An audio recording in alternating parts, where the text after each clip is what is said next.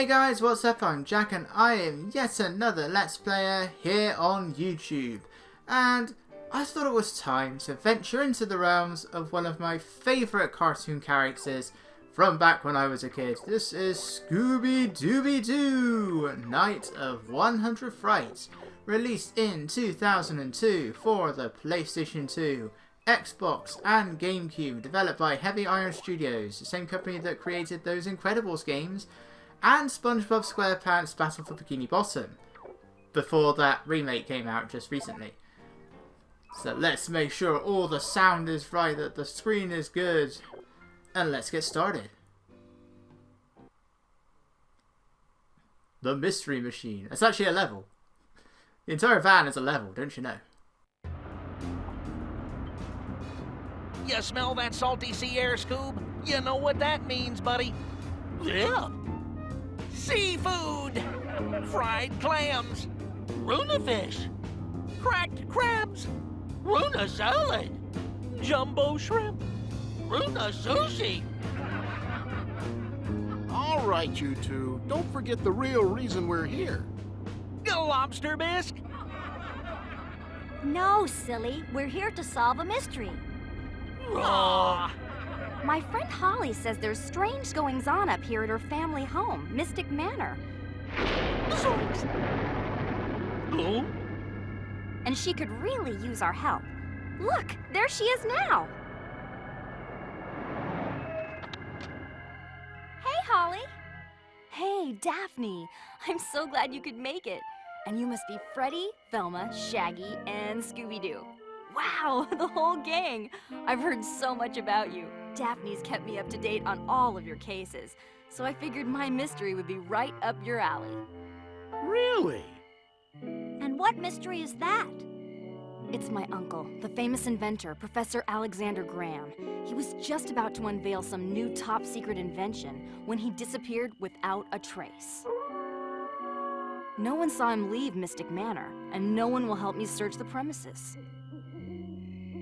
Don't tell me. Because it's haunted, right?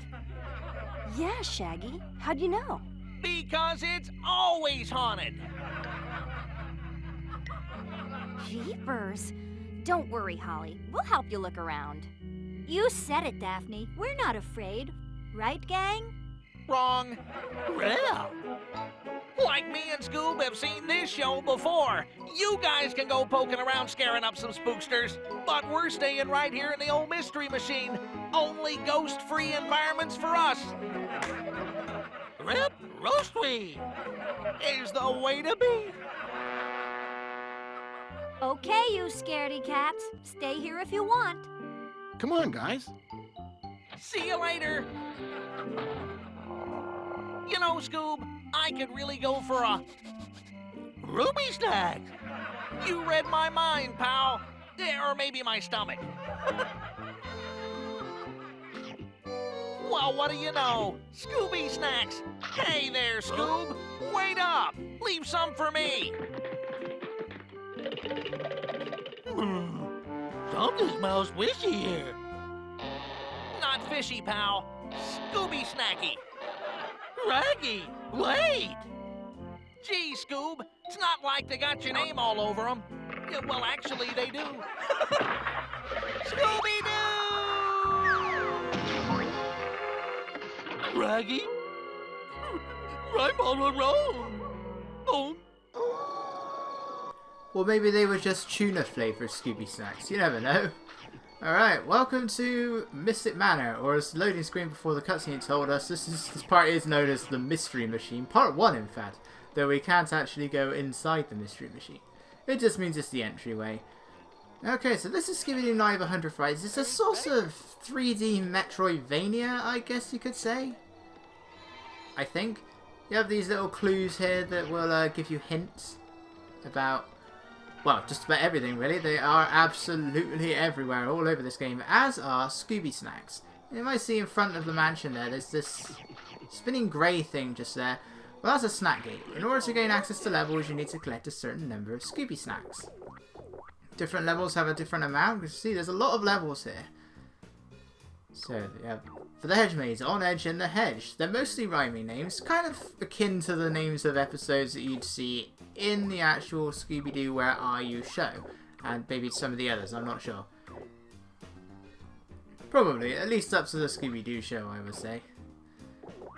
See, although there's a number of areas, that generally counts as 3 levels, at least according to the back of the game's box. It says there's like 12 levels or something, so like see Mystic Manor here. You have Mystic Manor, you have the is that the balconies? I can't quite read that from it. Yeah, the balconies, the rooftops, the basement, the secret passages, and the super secret lab. So that counts as about 6 levels, I think it is, in total, even though it's split into multiple areas.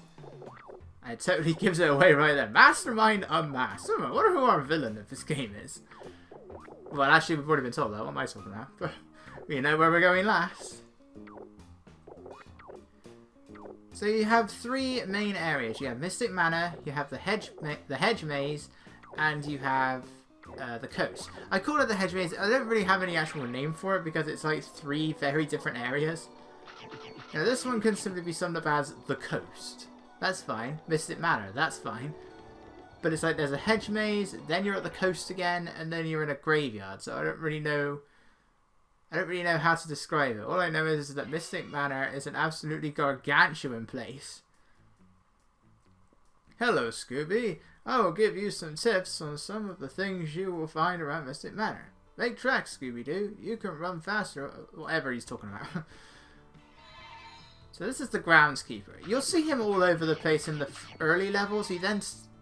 I don't know if the writers just then if the developers just then forgot about him. He kind of just disappears in the latter half of the game.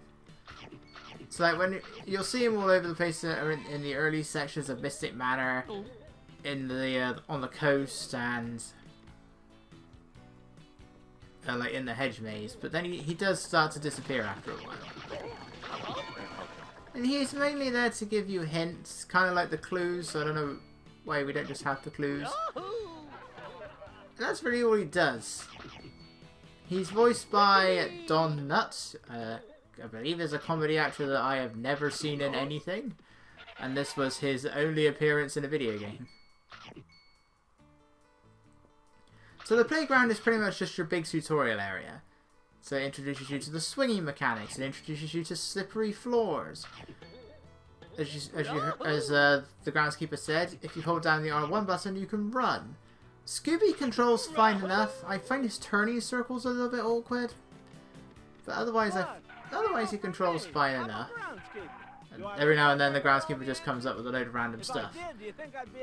The main thing that I don't like about running is that every single time you stop, so then Scooby does like that. It makes like that skidding sound effect of him stopping, and you start to get tired of that very fast. That's the only thing I have against running. It doesn't matter even if you just tap forward, you will do it.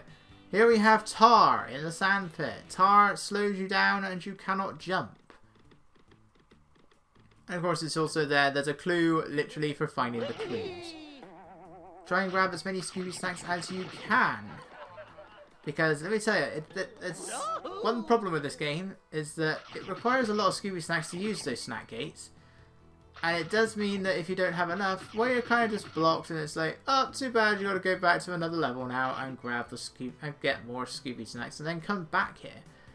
Now, I viewed the map earlier on through that swirly thing outside of Mystic Manor, which is known as a warp gate.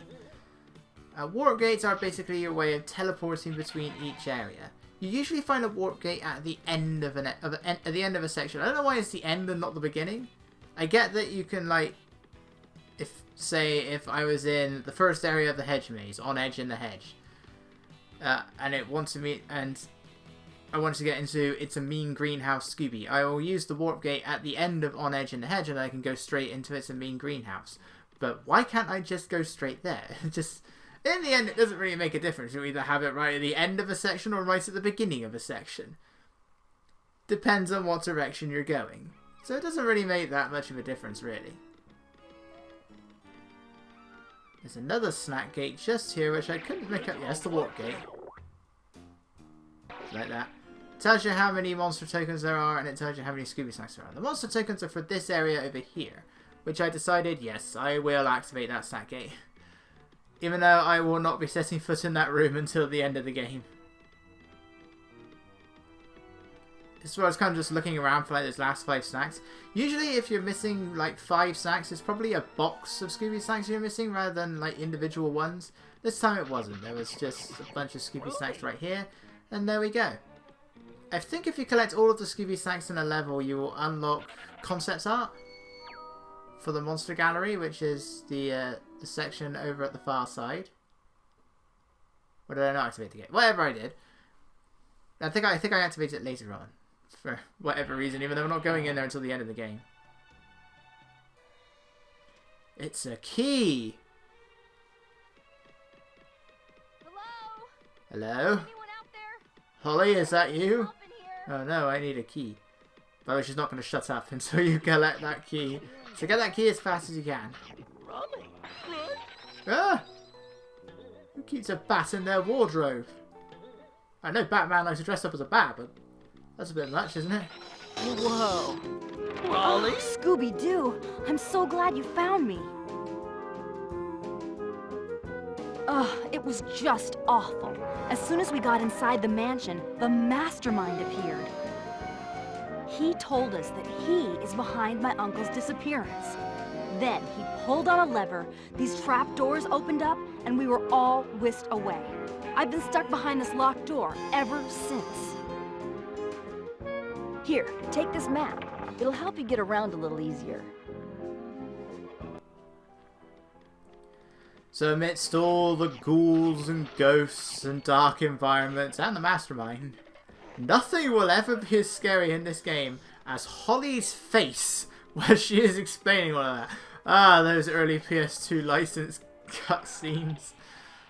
Oh god, that was terrifying. It's like, what the hell is going on with her mouth? And like her eyes never move. Like she occasionally blinks, but that's about it. Yeah, you again. Bet you're wondering where the key is to the gate, huh? Well, so am I. I'm pretty sure it's buried around here somewhere, but you'll need a shovel. Here, take this and get to work. I think that's the only time you talk to him and he actually has like vocal dialogue. Like there's actually voice words to it. Any other time you speak to him, it's all silent. Like he will say stuff, but that's it. Like he'll say random things, but when you're actually talking to him, like there's no dialogue for the words. It's like the only time it happens. Our first power up is a shovel that you use to dig around these flower patches. Usually this is all they have inside them, just some sandwiches. Occasionally they do hide other things like that key, but it's very rare that it ever happens. So now we have access to the Smuggler's Cove. So we're going to head off into the coastal area. Shock on the dock. How did you get here first? And I apologise for that screen tearing. I don't know what was causing that. Maybe it's just because of the HD upscaler, or maybe it's just because it's my PS2. Another 60 years and then I can retire. 60 years? How old are you already? You don't exactly look young. I mean, you don't look old, but you don't look young either. He's got to retire at a very old age. But the fish are still alive. Yeah, we can't break any of these barrels of fish yet. This game will have you doing quite a bit of back and forth. Again, that's what the warp gates are for. The problem is, if you want to go after everything, unlock all that concept art, get all the monster tokens for the monster gallery, you are going to be doing a lot of backtracking. You have to backtrack. Aside from maybe like some of the late game areas where you have nearly all of the power-ups, you otherwise have to go, you'll be revisiting every single level in the game to go after all of the Scooby snacks, all of the monster tokens, and it's annoying when some areas are for so few snacks. That snack. Alright, it's a big monster. That looks like the caveman from one of the episodes of Scooby-Doo. What was he doing there, and why did that monster token I collected in the playground, why did it have the gargoyle on it? Having said that, I don't think I've ever seen the episode of the gargoyle. So, Night of 100 Frights sees the return of a number of Scooby-Doo's foes. 20 of them in total. At least I believe it's 20. Oh, which one? Waha! Woohoo! Raggy! Hey, Scoob, am I happy to see you? I've been hanging around with that bird for a long time. Like, what's going on? It's locked. It's blocked. Why, it sure is. Come on, pal. Let me give you a hand. Or a leg. Throw me up onto that life preserver. Then you can swing from my legs to reach that crate.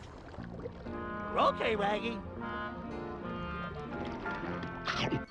But first, Scooby Snacks. So this is a section where you do have to like carry somebody and throw them in the air. Sometimes you'll take control of Shaggy and you throw Scooby in the air. Sometimes it's like this. It's the other way around. Just go over it, pick him up, throw him, and then we can swing from his legs. I know what a rubber band feels like. You can only really go left and right, only very loosely go up and down. Ruby snacks. I did try it. I spent a while trying to get this box of Scooby Snacks here, but it's too far away. I need the double jump. Which is our next power-up, so thankfully it's not that long a wait. But yeah, this game sees the return of 20 of Scooby-Doo's old foes. Most of them are from Scooby-Doo, Where Are You? But there are a couple from like the other early Scooby-Doo cartoons, which I believe were the new Scooby-Doo movies and the Scooby-Doo show. Though really, I can't tell the difference. And the new Scooby-Doo movies, they were like extended episodes. It wasn't movies, but they were extended episodes. I'm gonna hang around here. Boo! I'll catch up with you later. Yeah, they were like extended episodes, and they always had like a guest star. Sometimes it was like a real person, other times it wasn't. One time we met Batman and Robin, which I think, if they weren't voiced by Adam West and Burt Ward, they did a pretty good job. But really, it was all the same show. It's just new Scooby-Doo movies had like celebrity guests, and Scooby-Doo and the Scooby-Doo show gave Velma a very deep voice. That's really all it had. It was otherwise exactly the same show as the original series. Anyway, we can't get through there because of the tar and the barrels. Can't go down there because the floor is wooded up. That's a phrase. So instead, let's go through here. And now we can go through these doors. This door is locked. Every other point, like there's a switch there just to the side. This is the only time we can ever just go straight through this door. Just for some convenience. Right, that looks like pear on a pier, but it is fear on the pier. This entire area is covered in crabs, yes. It's also covered in tar. I can't exactly do a lot. Can't get down there either. There's a lot of power-ups in this game. And like I said, there's a lot of backtracking in this game. Why is the top of the F curved? It looks like it says pear on the pier. I'm sure Scooby wouldn't hesitate to eat a pear. It's Scooby-Doo, he wouldn't hesitate to eat anything. He'll probably eat mouldy food. And Shaggy. I said Shaggy will eat the food, he won't eat Shaggy. Just realised what I said. Yeah, I found the Professor's springs. Now I can double jump. I don't think this is how springs work, is it? Don't you need to apply pressure to springs in order to get them to jump up in the air? What pressure am I giving here? I'm in the air. So I don't think this is how springs work. I know this is the Scooby-Doo universe, and trying to bring logic into Scooby-Doo universe is a very dangerous thing to do. It can practically destroy the time-space continuum if you try and bring logic into Scooby-Doo. Even if it was always the question I asked as a kid. Where did they get those costumes? So every episode, when they were always my favourite parts of the episodes, just seeing what Shaggy and Scooby will dress up as. My favourite was always in the episode, he's not in the game, so there is a reference to it. It's the one with Dr. Jekyll and Mr. Hyde. And it's like they're inside, I think it was that episode anyway, they're inside the TV, and then he just keeps changing the channel, and they're immediately able to find new costumes from inside a hollowed out TV. And we don't get to do that here. It's like this game does capture the atmosphere of the Scooby-Doo universe quite well. Like, you look at these environments, this is definitely out of Scooby-Doo. But we don't get any costumes. And that's a real shame. Okay, well, I can jump on the small enemies like the rats. The crabs take 2 bounces, but I can't bounce on the big enemies. We need a different power-up to be able to take out the big foes at the moment, so I can't really do a lot against this caveman here. And then levels tend to have other hazards. Oh, there I go. Those swinging ropes are actually quite annoying. It is kind of difficult at times to get a view of your perspective, because this game does go by fixed camera angles. I can't really... so sometimes it is kind of difficult to tell exactly where they are. It's mostly swinging objects. So the hooks and something that we're going to be seeing later on in this part. Yeah, I finally got it. Yeah. I could use the warp gate to go back to the mystery machine, but there's stuff here I can pick up. There's Scooby Snacks. I still can't clear out the area. Those Scooby Snacks down there, for instance. I have to wait until I get the umbrella for that. Every now and then you come across these boxes of Scooby Snacks. I managed to get that one, but I swear there are times where they shrink the hit boxes of the Scooby Snacks. Just so that you can't reach it with your double jump. So you have to come back here with your power up, with your bubble gum, with your soap bubbles. Usually it's those 2. There's a lot of power-ups in this game. So we have a shovel. We have springs for a double jump. There's a power-up that allows us to ground pound. There's a power-up that upgrades the ground pound. There's a power-up that allows us to trap enemies in bubblegum, which also somehow turns them into rubber, and we can bounce off of them. There's a similar power-up that allows us to trap enemies in soap bubbles, which Scooby can keep in his mouth, no harm done at all. I'm swinging on a pelican. Well, not swinging, I'm hanging onto a pelican.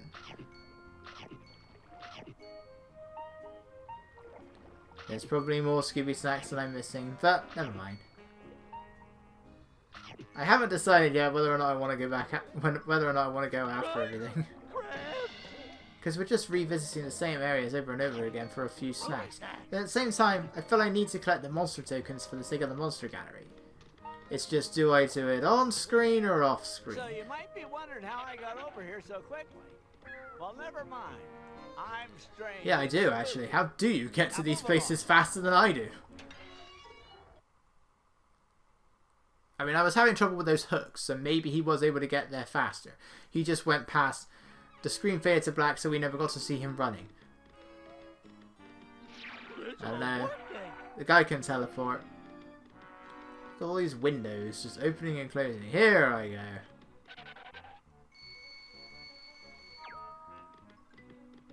But we won't be going in there until the end of the game.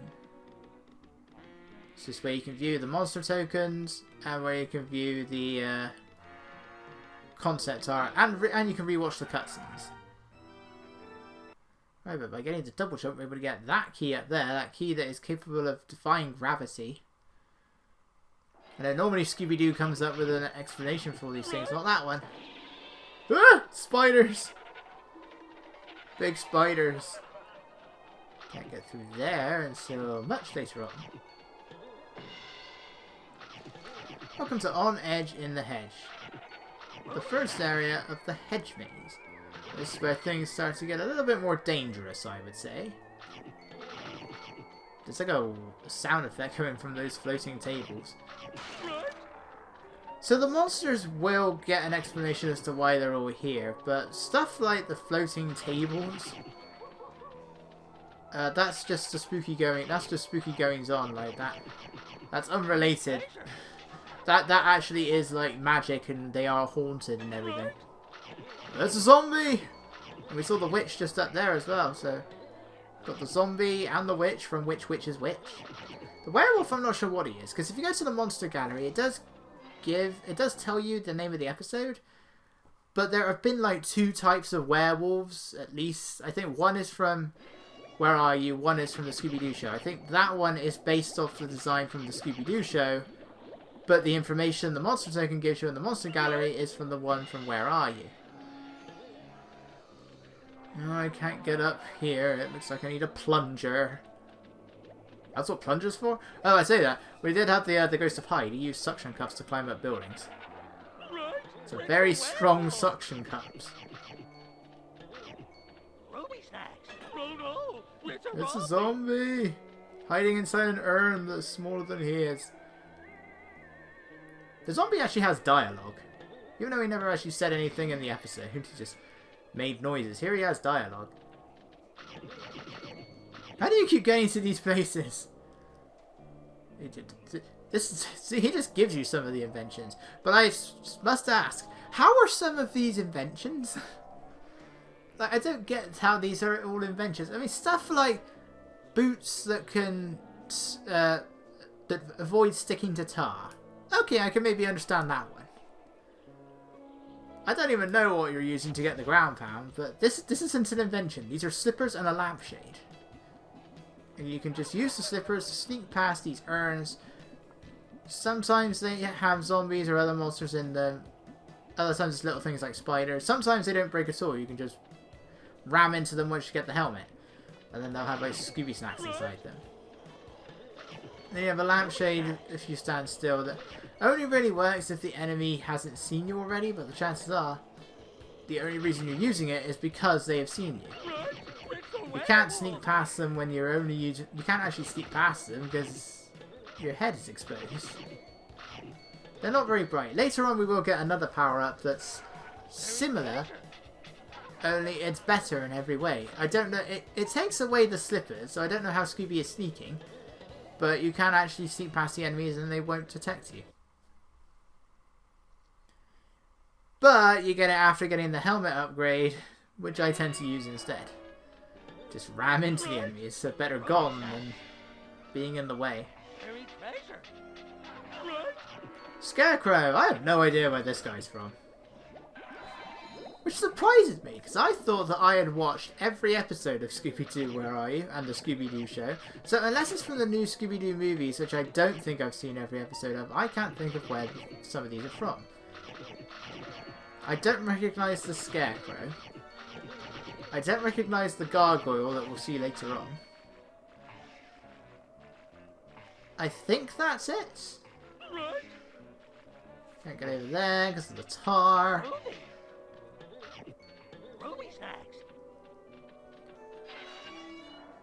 So yeah, the Scarecrow is one of the more comical villains though, because they do actually hum.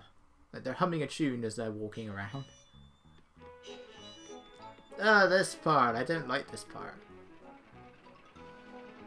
So somehow Shaggy's managed to find himself a big lawnmower. Hello? Like it, where'd the button prompt go? Hey, Scoob! Better hop on quick! This thing has a mind of its own! Yeah. It's also got a really weird collision detection. What hurt me? Luckily Shaggy does stop. But the ground is covered in, like, I guess, thorny twigs? I have no idea. Jump, Scoob! You get plenty of time before these ones collapse. Hop back on, Scoob! Oh no, I missed. Right, so we're just riding on this thing. This is not a very interesting area, just a bit of a rush to get all the Scooby sacks. Ow. You also have killer plants that spray out whatever those are, and killer statues that shoot at you. I don't think they got the idea of Cupid's arrow. One problem that I just rediscovered in this area is that most of the sections of a level, they don't have any checkpoints. Now, for the most part, that's fine. Areas are pretty small. But then you get stuff like this, which goes on for a while. So if you die, then, well, that's it. If you die, you're sent back to the beginning of the area, and you gotta do it all over again. Only a very small number of locations have checkpoints. Your health is determined by the dog tags. And you can collect food in order to increase the counter. Yeah, we're not going through all that again. Like that. And it could be, you can increase it up to 5 tags. Certain things, though, are instant death. For some reason, Scooby can't swim. So you fall into water and that's it. Makes no sense to me. Scooby can scuba dive, let alone swim. So, I don't know why that's the case. But anyway, we're going to end things off here. We'll be going into the greenhouse at the start of the next part. So let's activate this snack gate and I will see you guys then.